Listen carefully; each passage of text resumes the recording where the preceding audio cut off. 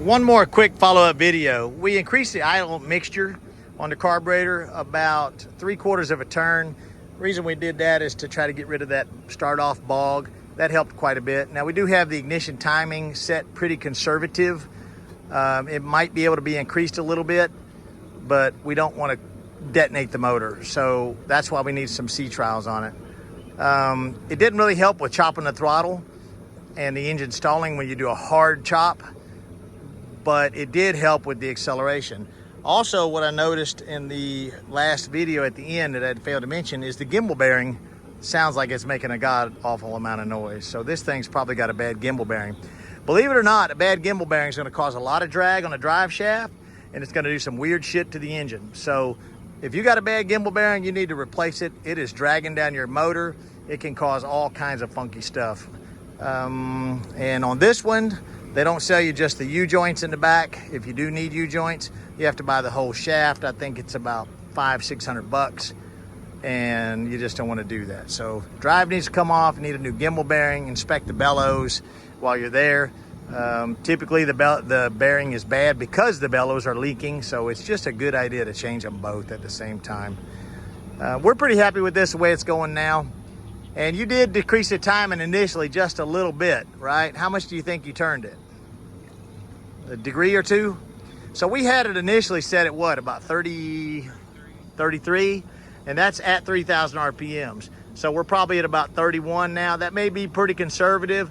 We had the old spark plugs in it, and it might be able to take a little bit more ignition timing. We did a fuel sample. It looks good, but we're not a laboratory. If the fuel is degraded any, and we put the ignition timing a little too high, you could detonate the motor and you could burn your engine up. As well, if you run the boat too hard with the ignition timing too far decreased, you could also damage the motor. So you really want to be paying attention. Now, when you decrease the ignition timing on an engine and you're unaware, the engine's going to be, a little piggy. It's going to be a little bit boggy on the top end, and the horsepower is going to progressively just walk away from you.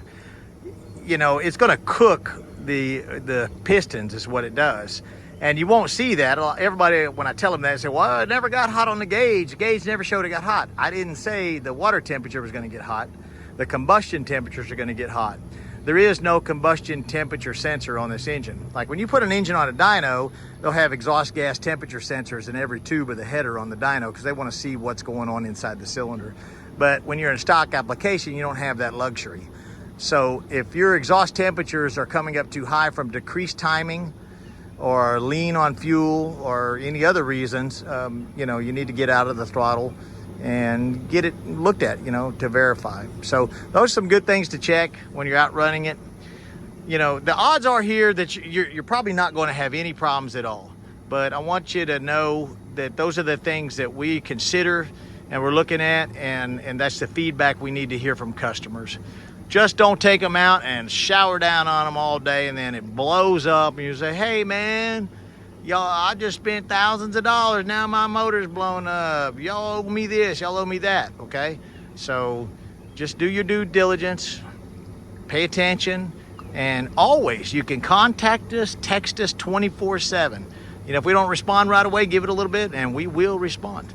Anyway, I hope that helps you with the operation of this here in the near future.